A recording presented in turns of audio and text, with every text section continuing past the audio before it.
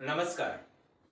बृहन्मुंबई महानगरपालिका शिक्षण विभाग अंतर्गत मी श्री गोविंद गुंजाळ, मरोळ पोलीस कॅम्प, मनपा उच्च प्राथमिक मराठी शाळा अंधेरी पूर्व येथील इयत्ता 7वी गणित विषयातील कोन व कोनांच्या जोड्या या प्रकरणातील एक घटक आणि तो म्हणजे भौमितिक संकल्पना दृढ करण्याच्या दृष्टिकोनातून क्रेप पेपरचा वापर करून होडी बनवणे आणि त्या होडीच्या साह्यानं भौमितिक रचना, भौमितिक संकल्पना मी या ठिकाणी दृढ करण्याचा प्रयत्न करणार आहे.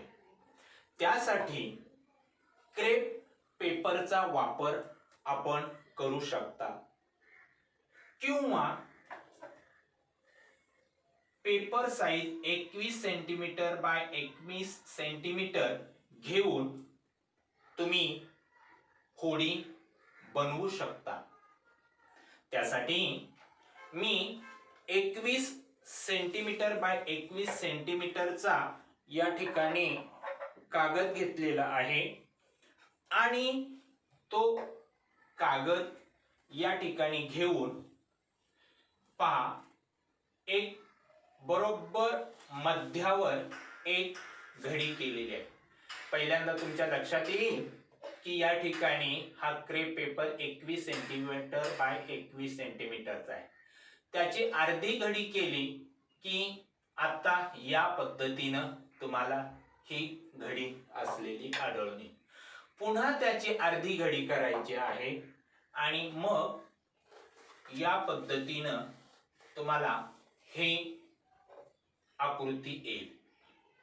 त्यानंतर पुन्हा या ठिकाणी त्याची पुढची एक घडी करायची आहे अर्धी, म्हणजे तुम्हाला ही आकृती या ठिकाणी निदर्शनास येईल. आता या ठिकाणी तुम्हाला 4 भाग आहेत. पहा, 1 1 2 3 आणि 4. त्यापैकी एक भाग जो आहे तो विरुद्ध दिशेला फोल्ड करायचा, या बाजूला केलेला आहे, आणि 3 भाग जे आहे ते या बाजूला. इथे पहा, एक भाग जो आहे तो एका बाजूला आणि 3 फोल्ड एका बाजूला केलेत. येतंय लक्षात? आणि त्यानंतर इथे एक विशिष्ट असा आकार झालाय. परत पुन्हा आता अशा पद्धतीनं फोल्ड करायचा आहे. पहा, ओके. आणि या पद्धतीनं फोल्ड केल्यानंतर तुम्ही हे जे 2 कोने आहेत ते 2 कोने काय करायचे आहेत, एक या बाजूला आणि एक या बाजूला काय करायचे आहेत, ओढायचे. म्हणजे आपली होडी तयार झाली. होडी तयार झाली, मग त्याच्याशी निगडीत आपण काय करणार आहोत, तर भौमितिक संकल्पना दृढ करणार. मग त्याच्यासाठी आपण फोल्ड केलेले जे भाग होते ते पुन्हा पूर्ववत करावायचे. इथे तुम्ही हा जो भाग आहे तो आतला भाग बाहेर ओढून काढायचा. कागद जर पातळ असेल ना तर पटकन येईल. मी हा कार्ड पेपर वापरल्यामुळं थोडस अडथळा येतोय, परंतु या पद्धतीनं तुम्ही इथे या वेगवेगळ्या प्रकारच्या ज्या रेषा आहेत या रेषांवर आपण स्केच पेनच्या साहाय्यानं काय करूया, खुणा करूया. मग आता मी इथे अशा पद्धतीनं ज्या रेषा होत्या त्याच्यावर मी वेगवेगळ्या कलरच्या साहाय्यानं, रंगाच्या साहाय्यानं रेषा मारलेल्या आहेत. आता आपण भौमितिक ज्या संकल्पना आहेत त्या दृढ करणार आहोत. इथे मी या पद्धतीनं पहिल्यांदा रेषा मारून घेतल्या। पहा, ही उभी रेष मारली, त्यानंतर इथे एक त्रिकोण काढून घेतला, काटकोन त्रिकोण 90 अंशाचा।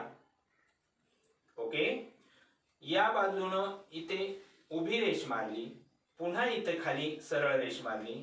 या तुम्हाला जशा रेषा दिसतात या पद्धतीने रेषा मारलेल्या आहेत। आणि इथे 1 2 3 4 हे अंक लिहिले, इथे 1 2 3 4 हे अंक लिहिलेले। हा भाग तुम्ही कात्रीनं पूर्ण कापून घ्यायचा। एक हा चौकोन काढून घ्यायचा, कापून घ्यायचा, आणि हा चौकोन सुद्धा कापून घ्यायचा, आणि त्या चौकोनाचे परत 2 भाग करायचे। मग हे त्रिकोण तयार होतात। 1 नंबर, 2 नंबर त्रिकोण, 3 नंबर, 4 नंबर।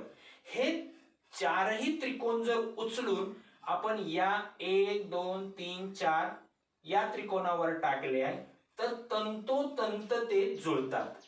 याचाच अर्थ तुमच्या लक्षात आला असेल, पायथागोरसचं जे प्रमेय आहे ते प्रमेय तुम्हाला कर्ण वर्ग बरोबर पहिल्या बाजूचा वर्ग अधिक दुसऱ्या बाजूचा वर्ग या ठिकाणी असलेला आढळले। मग इथे पहा, हा काटकोन त्रिकोण, या काटकोन त्रिकोणाचा हा कर्ण, त्याच्यावरील हे चौरस, आणि ही पहिली बाजू समजली तर त्या पहिल्या बाजूवरील हा चौरस, दुसरी बाजू ही समजली तर त्या बाजूवरील हा चौरस, आणि या 2 चौरसांच्या क्षेत्रफळांची बेरीज ही कर्णावरील चौरसांच्या क्षेत्रफळांच्या बेरजे एवढे असते। हे कशावरून मी सिद्ध केलं? केवळ रेषा मारल्या, त्रिकोण कापले, हे त्रिकोण बरोबर त्याच्यावर ठेवले, तंतोतंत तुम्हाला त्या ठिकाणी हे जुळलेले आढळून येतील। तर अशा पद्धतीने हा पायथागोरसचा सिद्धांत सुद्धा आपण या ठिकाणी या कोडीच्या साहाय्याने समजावून घेतलेला आहे। आता इथे हे जे वेगवेगळे फोल्ड आपण पाहिलेले आहेत, या फोल्डचा जर विचार केला आणि त्याचं निरीक्षण केलं तर तुम्हाला पहा, इथे ह्याच आकृतीमध्ये पहा, वेगवेगळे चौकोनाचे प्रकार तुम्हाला पाहायला मिळतील। पण आपल्या घटकाशी निगडीत आपण पहिल्यांदा कोणाची संकल्पना या ठिकाणी पाहणार आहोत। हा इथं त्रिकोण आहे, या त्रिकोणामध्ये हा कोण आहे, मग हा लघुकोन आहे। इथे जर घेतला विचार केला तर इथे पहा, हा काटकोन आहे, 90 अंशाच्या कोणाला काटकोन म्हणतात, म्हणजेच राईट अँगल। आणि इथे तुम्हाला विशाल कोन सुद्धा पाहायला मिळतोय।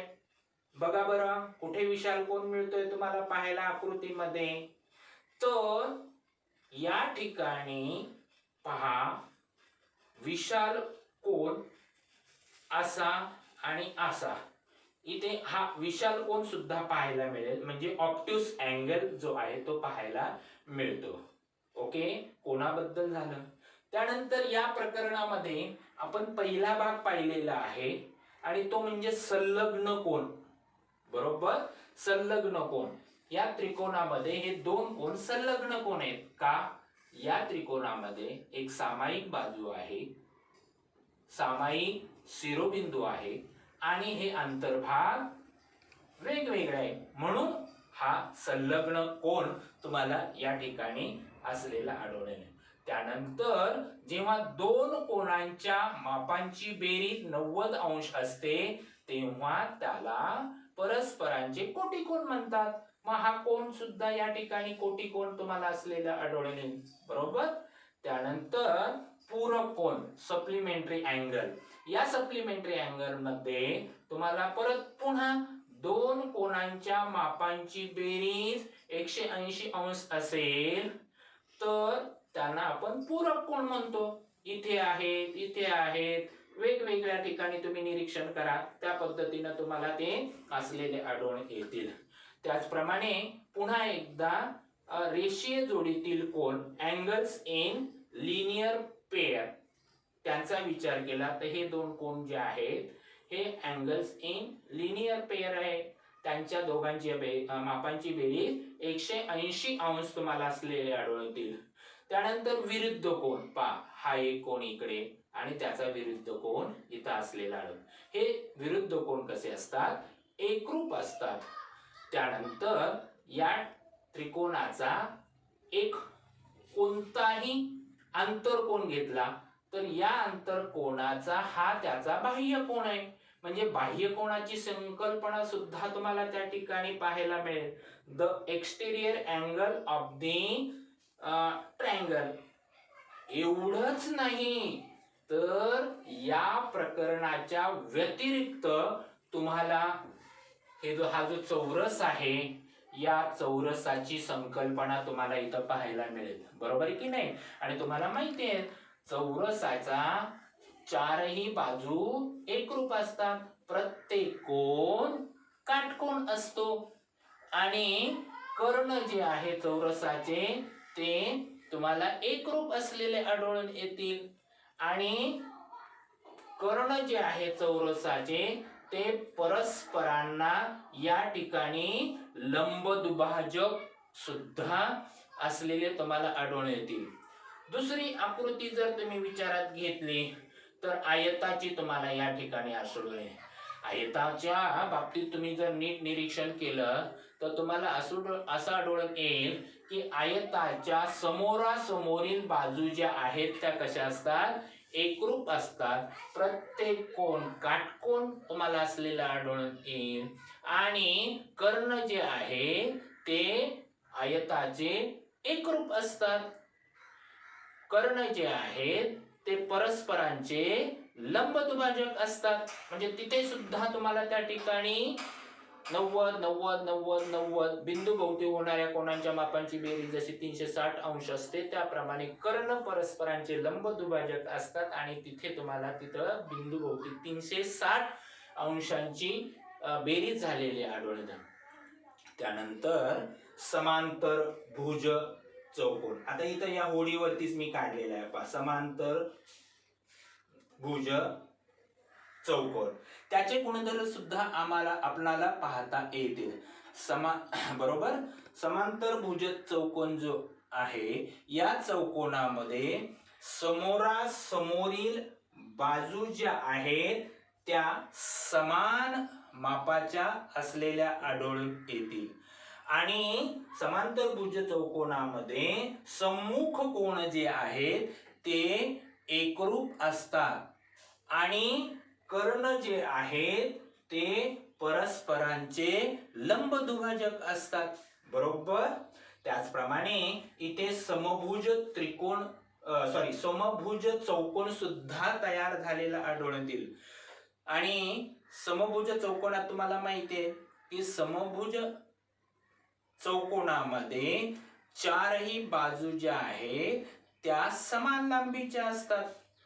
आणि समोरासमोरील कोन जे आहेत ते एकरूप असतात. आणि कर्ण जे आहे ते परस्परांचे लंबदुभाजक असतात. बरोबर. त्याचप्रमाणे इथे समलंब चौकोन सुद्धा तुम्हाला पाहायला मिळेल आणि त्याचे गुणधर्म सुद्धा तुम्हाला पाहता येतील. शेवटी इथे पहा, हा एक पतंग दाखवलेला आहे. ही एक बाजू, ही दुसरी बाजू जांभळ्या रंगाने. बरोबर. आणि त्या पतंगाचे गुणधर्म सुद्धा तुम्हाला त्या ठिकाणी दाखवता येतील. बरोबर. एक लहान कर्ण असतो, एक मोठा कर्ण असतो. तर अशा पद्धतीनं या साहित्याच्या साह्यानं, होडीच्या साह्यानं आपण भूमितीय संकल्पना ज्या आहेत त्या दृढ करू शकतो. त्या आपण पाहिल्या. कोन, लघुकोन, काटकोन, विशाल कोन, संलग्न कोन, कोटी कोन, पूरक कोन, रेषेजोडीतील कोन, विरुद्ध कोन, त्रिकोणाचे आंतरकोन, त्रिकोणाचे बाह्य कोन. एवढंच नाही तर या प्रकरणाच्या बाहेर जाऊन आपण चौरस, आयत, समांतरभुज चौकोन, समभुज चौकोन, समलंब चौकोन आणि पतंग हे चौकोनाचे वेगवेगळे प्रकार आपण अभ्यासलेले आहोत. आवडलं तुम्हाला तर या पद्धतीनं होडीचा उपयोग करा. तुम्ही क्रेप पेपर घ्या, या क्रमाने तुम्ही होडीची आकृती किंवा होडी बनवा आणि त्या होडी बनवताना त्यावरती दाब देऊन बरोबर रेषा त्या ठिकाणी मारा. तुम्हाला गणित हा विषय या खेळीमेळीच्या वातावरणामध्ये अतिशय चांगल्या पद्धतीनं समजेल. धन्यवाद.